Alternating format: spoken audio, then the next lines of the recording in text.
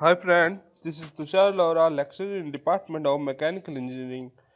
Go green and clean. Today we will discuss the topic merit and demerit of wind machines. In previous class we saw some components and we know about the assembly of wind machines and we visualize the component of wind machines. Today we will discuss the merit and demerits. So let's move. Now let's talk about merits of wind energy यानी कि जो wind energy की है वो फायदे क्या क्या है, क्या क्या एडवांटेजेस हैं इसके जो विंड एनर्जी को अन्य टाइप के रिसोर्सेज से अलग बनाता है। सबसे पहले रिन्यूएबल सोर्स ऑफ एनर्जी, यह एक रिन्यूएबल सोर्स है यानी कि यह रिप्लेनिश हो जाएगा with respect to our consumption. जितने टाइम के अंदर हम इसको कंजप्शन करेंगे और उतने टाइम में ह्यूमन टाइम स्केल से पहले ये रिप्लेनिश हो जाएगा। और दूसरा, अब जो सबसे बड़ा एडवांटेज है कि विंड जो है अवेलेबल है, फ्रीली अवेलेबल है और हर जगह अवेलेबल है और अनलिमिटेड अवेलेबल है, इसका हम जितना मर्जी यूज कर सकते हैं।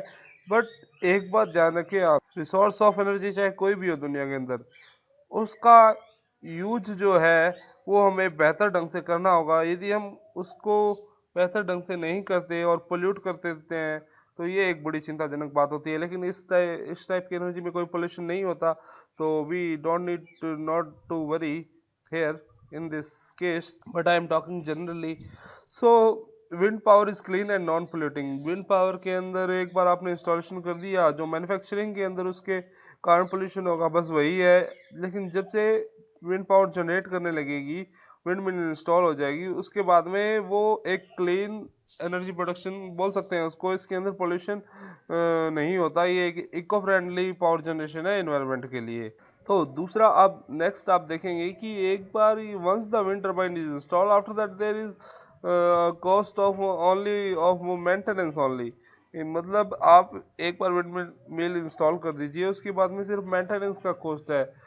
यानी कि जो हमारे फ्यूल का कॉस्ट लगता था, जिसके अंदर बाद के अंदर पावर प्लांट के अंदर जो अदर टाइप के कॉस्ट होते हैं वो रिड्यूस हो गए, सिर्फ कॉस्ट ऑफ मेंटेनेंस बचा है इसके अंदर। तो यह बड़े फायदे हैं जो इसको अन्य टाइप की एनर्जी से अलग करते हैं। अब डीमेरिट्स के बारे में जानते हैं विंड एनर्जी की। तो डीमेरिट्स के बारे में हम जाने तो इनिशियल कॉस्ट जो है इसका वो हाई है।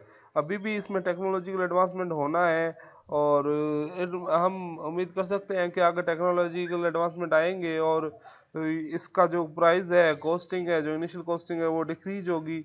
और इनिशियल कॉस्ट डिक्रीज होगी तो ये बेहतर ढंग से वास्ट एरिया के अंदर इंस्टॉल्ड हो पाएंगी।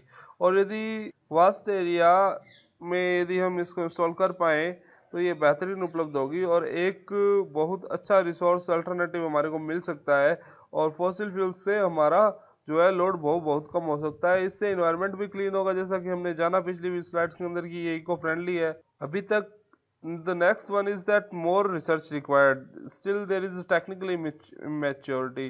अभी तक हम टेक्निकली उतने साउंड नहीं है, इसकी जो टेक्नोलॉजी अवेलेबल है उसमें अभी काफ़ी रिसर्च चल रही है इसमें और काफ़ी रिसर्च होना बाकी है इसकी एफिशिएंसी को लेकर।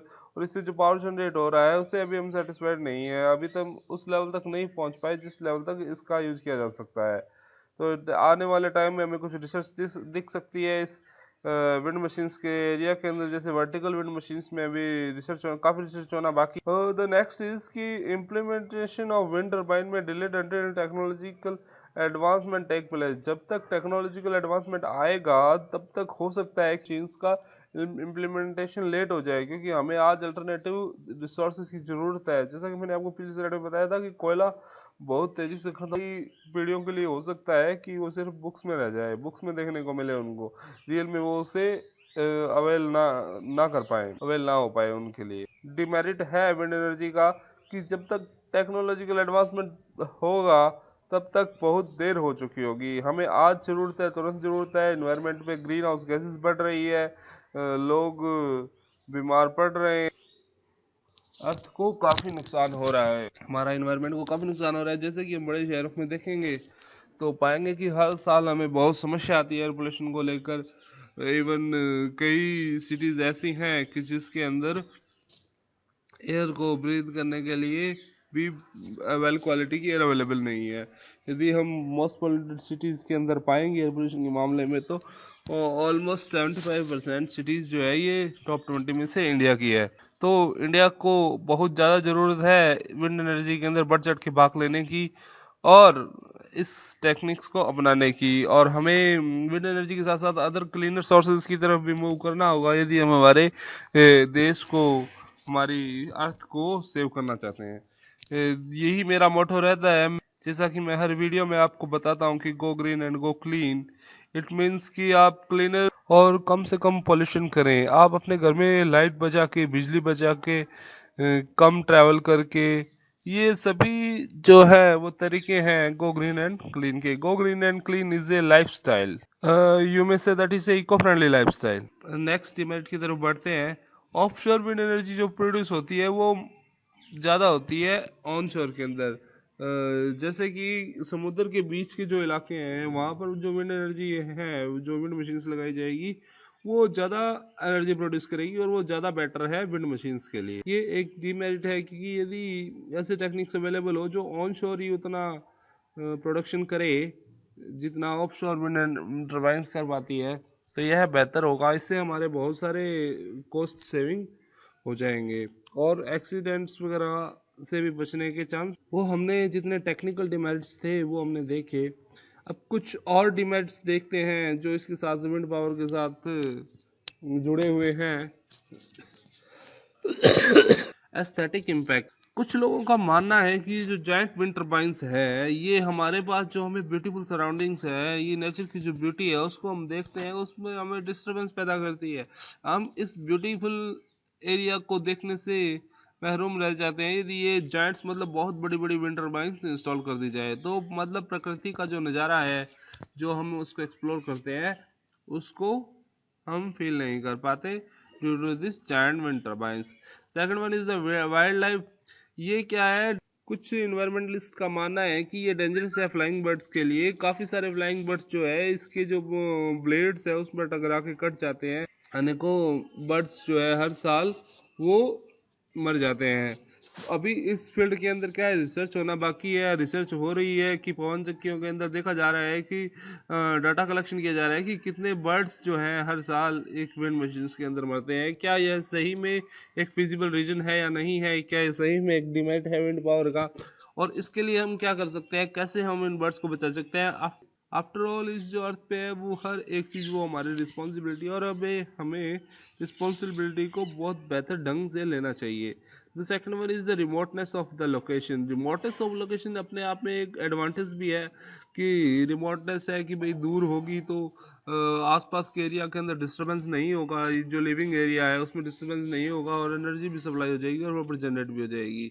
बट ये एक डिसएडवांटेज है कि क्योंकि यदि रिमोट एरिया में होगी, रिमोट लोकेशन होगी, तो वहाँ पर ब्लेड्स एक्सेट्रा को ले जाने के लिए जो है मेंटेनेंस कॉस्ट है वो बढ़ेगा, ट्रांसपोर्टेशन कॉस्ट बढ़ जाएगा।